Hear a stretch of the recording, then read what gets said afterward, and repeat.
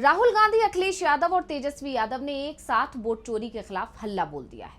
गुजरात से लेकर बिहार तक वोट चोरी को रोकने के लिए इंडिया गठबंधन ने अब चुनाव आयोग और बीजेपी पर दबाव बना दिया, या कहें कि दबाव बन रहा है। तो केंद्र के साथ अब हर उस राज्य में जहां बीजेपी की सरकार है, उसे उखाड़ने का प्लान विपक्ष ने तैयार कर लिया है। इंडिया गठबंधन के प्लान ने मोदी सरकार की नींद उड़ा रखी है। वोट चोरी के खिलाफ विपक्ष एकजुट होकर मोदी सरकार को हर तरफ से घेर रहा है, और इसकी छोटी सी झलक बिहार में दिखाई भी दी थी, जब बिहार में वोटर अधिकार यात्रा निकाली गई। बिहार में वोटर अधिकार यात्रा का असर जैसा नजर आया और जिस तरह पूरा इंडिया गठबंधन इस यात्रा में एकजुट दिखाई दिया था, उसे देखकर ये माना जा रहा था कि वोट चोरी के खिलाफ पूरा विपक्ष एकजुट है और पूरे देश में अब इंडिया इस मुद्दे को उठाएगा। और जैसा कि कहा जा रहा था, हुआ भी ठीक वैसा ही। दिल्ली से लेकर यूपी, बिहार, गुजरात, हर जगह अब विपक्ष इस मुद्दे को जोरों से उठा रहा है। तो आखिर क्या है विपक्ष का प्लान? कैसे वोट चोरी का मुद्दा बन रहा है देश का सबसे बड़ा मुद्दा? इसी पर हम अपनी स्पेशल रिपोर्ट में करने जा रहे हैं चर्चा। नमस्कार, मैं हूं अंशिता। कांग्रेस सांसद और लोकसभा में नेता प्रतिपक्ष राहुल गांधी ने अकेले ही प्रधानमंत्री मोदी की टेंशन बढ़ा रखी है। ऐसे में जब राहुल को इंडिया गठबंधन के दूसरे दलों का भी जब साथ मिल रहा है, तो जाहिर है ये टेंशन कम होने के बजाय और बढ़ेगी ही। ऐसे में गठबंधन की दिन ब दिन बढ़ रही यही एकजुटता मोदी सरकार के लिए चुनौती बनती जा रही है। और अब राहुल गांधी ने बता दिया है कि वोट चोरी का मुद्दा इस समय देश का सबसे बड़ा मुद्दा है। दरअसल राहुल गांधी गुजरात के जूनागढ़ में कांग्रेस के प्रशिक्षण शिविर में शामिल होने पहुंचे, जहां उनसे पीएम के मणिपुर दौरे को लेकर सवाल किया गया। और जब इस सवाल का जवाब उन्होंने दिया तो क्या कुछ बोले, पहले सुनिए। नहीं, मणिपुर में बहुत समय से इशू है, अब जा रहे हैं, ठीक है, बट मेन मुद्दा तो देश में वोट चोरी का है। हरियाणा का, महाराष्ट्र का चुनाव चोरी किया गया, कर्नाटक में हमने दिखाया। तो मेन मुद्दा तो देश में वोट चोरी का है। सब जगह लोग यही कह रहे हैं, वोट चोर। सर, ये उपराष्ट्रपति चुनाव में भी क्या वोट चोरी हुई है?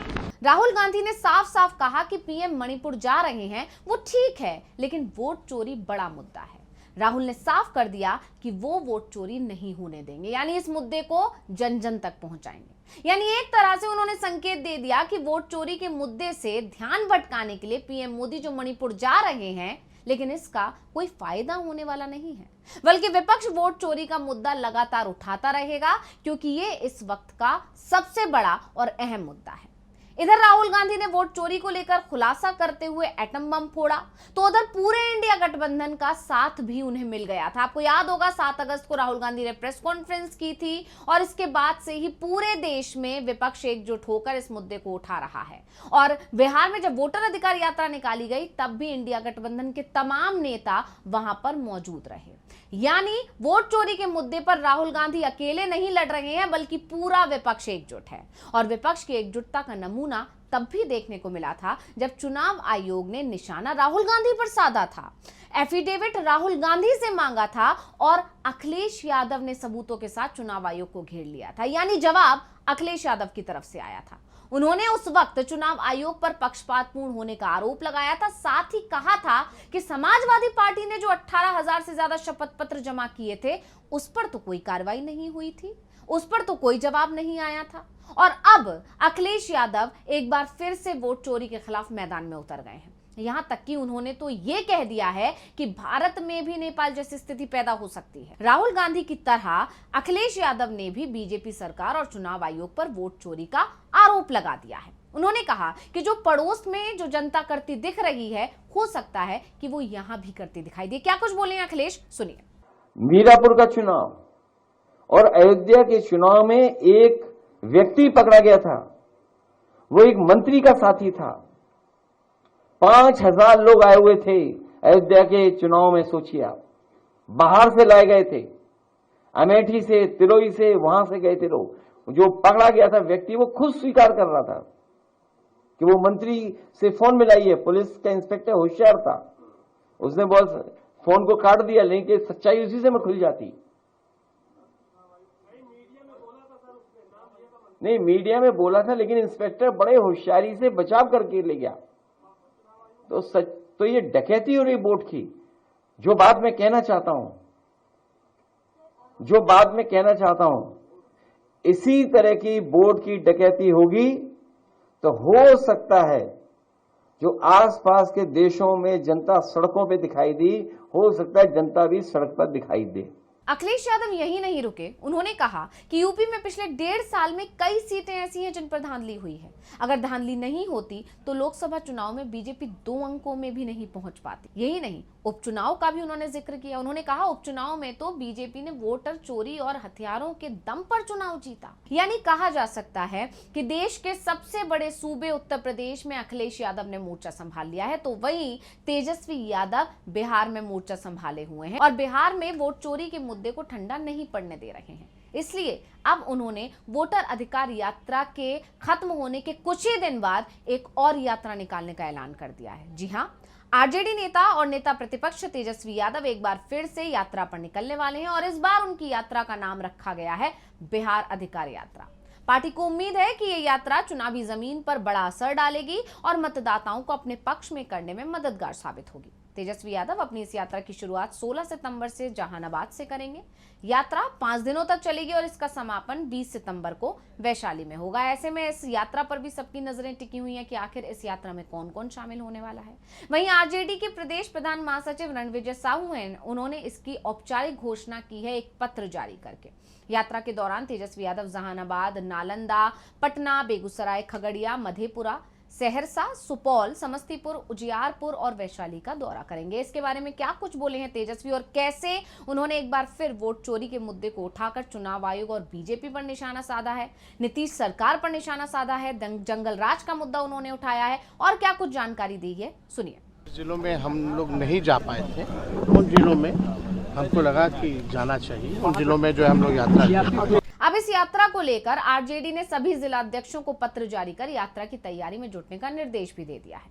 पार्टी के विधायक और स्थानीय नेता अपने अपने क्षेत्रों में जनसभा और स्वागत की रूपरेखा तैयार कर रहे हैं। इधर आरजेडी का मानना है कि इस यात्रा से न सिर्फ पार्टी का आधार मजबूत होगा बल्कि मतदाता भी एनडीए की सरकार के खिलाफ एकजुट होंगे। इसके अलावा राजनीतिक जानकारों का मानना है कि तेजस्वी यादव की ये जो यात्रा है पूरी तरह चुनावी रणनीति का हिस्सा है। इसमें न केवल वो जनता के बीच अपनी उपस्थिति दर्ज कराएंगे बल्कि एनडीए सरकार की नीतियों पर हमला बोलकर खुद को मजबूत साबित करने की कोशिश भी करेंगे। बिहार चुनाव 2025 से पहले तेजस्वी यादव की बिहार अधिकार यात्रा चुनावी माहौल को और गरमाने वाली है। इस यात्रा के दौरान ये देखने को मिल सकता है कि जनता किस हद तक आरजेडी को पसंद करती है। हालांकि इसका नमूना बिहार में निकाली गई वोटर अधिकार यात्रा में भी देखा जा चुका है, क्योंकि इससे पहले जब बिहार में राहुल तेजस्वी की ये यात्रा हुई थी, इस यात्रा को जनता का अच्छा समर्थन मिला था।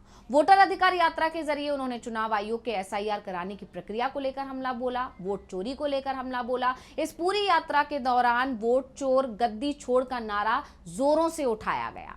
विपक्ष का आरोप था कि एसआईआर के जरिए मतदाताओं के नाम काटे जा रहे हैं, चुनाव आयोग बीजेपी के साथ मिलीभगत कर रहा है और बीजेपी को फायदा पहुंचाया जा रहा है। इसी तरह आरजेडी ने उस यात्रा को युवाओं को और जागरूक मतदाताओं के बीच अपनी पकड़ मजबूत करने का जरिया बनाया था। और अब जब बिहार अधिकार यात्रा निकाली जा रही है तो उसी कड़ी का अगला चरण माना जा रहा है। यानी एक तरह से बिहार में वोटों की चोरी का जो मुद्दा गरमाया हुआ है, तेजस्वी यादव या पूरी आरजेडी या पूरा महागठबंधन नहीं चाहता कि यह मुद्दा चुनाव से पहले हल्का पड़ जाए। इसलिए जब तक चुनाव नजदीक नहीं आ जाएंगे, जब तक चुनाव की तारीखों का ऐलान नहीं हो जाएगा, जब तक आचार संहिता नहीं लग जाएगी, तब तक एक के बाद एक इसी तरह की यात्राएं निकाली जा सकती हैं। इस तरह के जागरूकता कार्यक्रम, जागरूकता अभियान महागठबंधन की तरफ से चलाए जा सकते हैं। यानी एक तरह से देखा जाए तो देश के 3 युवा नेताओं ने, 3 विपक्ष के बड़े नेताओं ने बीजेपी के खिलाफ पूरे देश में मोर्चा खोल लिया है और अभी फोकस किया जा रहा है गुजरात पर, यूपी पर और बिहार पर, क्योंकि ये तीनों ही राज्य इस समय बीजेपी के पास हैं, एनडीए के पास हैं। और अगर